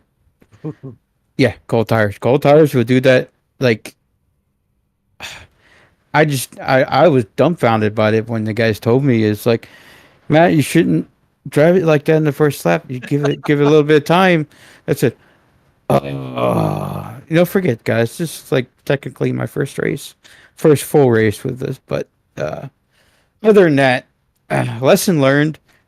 And I learned from that, and I got faster when I was trying to catch JW, and I was cooking off some pretty good lap times there. It was pretty quick, and pretty proud of myself. Learned something today. So we've ended up having 2 races, New Hampshire a couple of weeks ago, here tonight at Phoenix, the somewhat low-banked racetracks. In 2 weeks' time, we head to Pocono Raceway, which is a track that has 3 corners, and the banking's completely different in all 3 of those corners. So with what we've had here at Phoenix and New Hampshire, what's the expectation of what this car is going to do, what it's going to feel like when we get to the Tricky Triangle? So basically, turn 1 is, you're going to have a little bit of braking in turn 1, definitely for sure. That's your slowest corner of that turn. So you'll be flat up through the tunnel turn in turn 2, and when you get up to turn 3, it's going to be about that high line. I wonder if that bottom line is going to work. Either the patch may work, because I'm not sure if we're running the legacy one or not. If we're running the newer one, that top group would probably be king. Looking forward to it if I can make it. As you know, you guys commentate, and I got to commentate Sunday night. So we'll see if I can make it or not. Hopefully, I can. We're looking forward to it. Great run for you here tonight, though. As you mentioned, laid down some really good lap times there on that run just prior to the final caution. Thought might have a battle for the win on our hands, but a solid podium finish for you tonight, Matt. Before we let you go, the floor is yours for thank you, sponsors, and shoutouts. Most importantly, I'd like to thank Charles Seed, Eric Peterson, Gary Corley for making this all possible. It's really, really set up well. The first race I've done with these guys, I think it was a practice race, and it was uh, really, really done well. Just the short tracks is just a little bit tough for me. So I'd like to thank Unacceptable Racing, the league I run in different series. And shout out to Ricky Harden and guys. It's oh yeah, and Team Watson Racing. Love them boys back there. So guys, it's been an eventful day. I'm gonna go get some sleep. Well, we hear you. Must have been an exhausting one out there, but solid run for you tonight. Third place. Congratulations. Go enjoy it. And yeah, hopefully we see you on the track in a couple weeks' time at Pocono. But if not, look forward to seeing you the next time we see you. Let's see if we can dial up our second place finisher here tonight. Driver of the 802, Taylor Jordan. Doesn't seem like we have him. Ooh, elusive. Okay. Came see in then. with no knowledge. I was really hoping we could get to the center of the X Factor tonight, but maybe have to wait another couple of weeks at Pocono. Do we have our winner, J.W. Miller, on standby?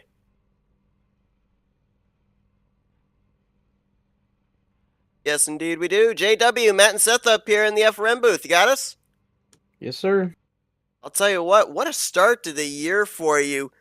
Podium starts in all three races. Podium finishes in all three races. 2 victories to start out the season. You're leading the point standings, but tonight kind of had to work for that one. You and that 802 mixing things up. Came down to a strategy call. You put him back in traffic. Were able to keep him in your rearview mirror. But I got to ask you, that caution comes out in the latter portion of the race. We know we're going to get ourselves at least one more restart to the checkers. Were you a little worried on the tire differential between you and him? I wasn't quite sure. Obviously, clean air was king here again today. So I was hoping that I would at least be able to hold him back there, and we were doing a pretty good job of it. So I felt pretty confident about that. But yeah, it's kind of just, you know, driving, facing forward, and trying not to look in that relative too much. Trying not to focus on that for sure. So let's play it back to about lap, 138, 139ish. You have about like a 2-second lead on Wagner. Jordan he's still on his way, but he hasn't passed Wagner yet. You're feeling pretty good, and then that caution comes out. And what kind of happens there? Is it uh-oh, or is it, well, here we go. Yeah, I mean, we felt pretty good on our chances there after we hit the final time. The tire wear wasn't too bad.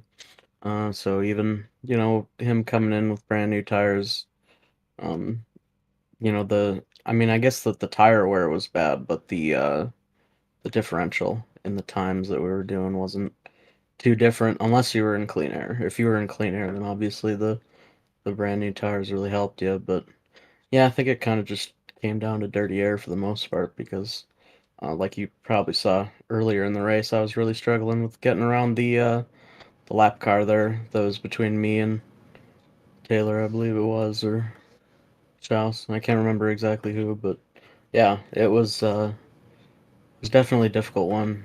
The high line just was not really viable, so it's kind of a one lane race there, but still a really fun combo. Really cool to see this car here. Now, you brought up the lap cars, and that was going to lead into my next question. We ended up seeing here tonight, obviously, Phoenix a mile in length. The lap times you guys were ticking off. We knew that with some cars that were damaged and off the pace out there logging laps, that you guys were going to, at some point, encounter lap traffic if we got the long green flag runs. And we got a couple of them here tonight. How difficult was it to maneuver around those lap machines, and how much communication went into addressing what line you wanted to run when you encountered them? Because it looked like the closing rate on some of those occasions, on some of those encounters, were massive. Yeah, there was definitely a little bit of confusion. Obviously, I was just trying to stay on the bottom where the best line was, but yeah, sometimes you can't get that. Sometimes you're just going too slow, but yeah, for the most part, all the lap cars have been pretty cordial with me, so I had no issues there myself. Well, as stated, a great way to start out the season. 2 wins in the first 3 starts here this year. Obviously, going to be extending that points lead. A couple of drivers behind you in points struggling here tonight. Good momentum heading into Pocono next week, so we wish you luck with that. Before let's get back to celebrating your win here tonight at Phoenix, we're going to turn the mic over to you for some Victory Lane thank you, sponsors, and shoutouts. Yeah, thanks to F.A.R.T Racewear for sponsoring the series. Thanks to you guys at FRN for broadcasting each week. And thanks to everybody over at Team Watson Racing for backing me up on all things racing that I do. J.W. Miller, he gets the victory here tonight under the lights in the desert at Phoenix International Raceway. Second win on the season. Congratulations, JW. Go and enjoy that victory and enjoy your off week. We'll see you get back at it at Pocono in 2 weeks' time. Thank you. And that's going to bring our coverage to a close here tonight. There was a couple of unknowns coming into this race, Matt, about this type of configuration track, this type of race car, what it was going to bring about. I gotta say, we expected the cautions, but really was a lot of fun to watch the different lines these drivers had to run when they were in the side-by-side battles or in the battles for position.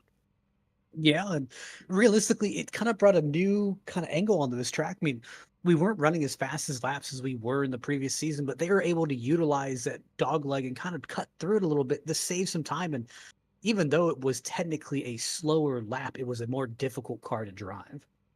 Yeah, and you talk about the fact that these cars had a lot more power. We saw the difference between it at New Hampshire. We've seen that track in the past here for this series, and then here tonight, obviously, at Phoenix. Do we go back to a bit of a norm for the drivers, what they're kind of used to at Pocono, or does the power in this race car have them have to change up their approach to that track as well? I think it's really everyone's changing up their approach where we're seeing some guys who we saw last season dominate. I mean, look at Craig Forsyth. I mean, he has been fast, but he has not been in the question for the win here. And same thing for Wagner. We know how good Wagner is, and he's even struggling with the transition over to the new car. Well, it's going to be the longest racetrack that we've been to so far this season. The 2.5-mile Triangle Speedway of Pocono will be there in 2 weeks' time, and you'll see it here on FRN. Next week, of course, Labor Day weekend, so these drivers will be off, and we'll see you guys on June 4th for the continuation here of the F.A.R.T NDCar series under the Dark Horse Racing Series banner. But Matt, it's been a wild one here tonight, an exciting one here tonight. Kind of wish we could have seen this thing finish under green, seen how close it might have been between Miller and Jordan, but congratulations once again to J.W. Miller on the victory, and I appreciate you joining me up in the booth here tonight. Absolutely. Always a delight.